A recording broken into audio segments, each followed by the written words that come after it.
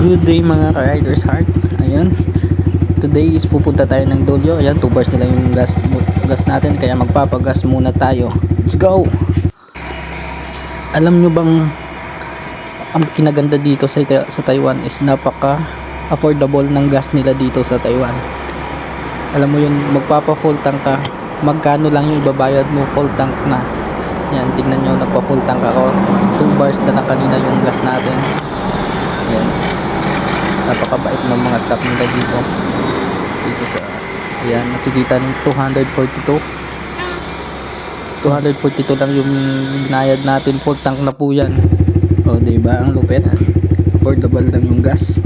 Unlike sa Pinas, pag nagpagas ka, magkano na yung full tank mo. Dito na isang napakaganda dito sa Taiwan is napaka affordable ng gas. Ayun, full tank na tayo, let's go, gala na.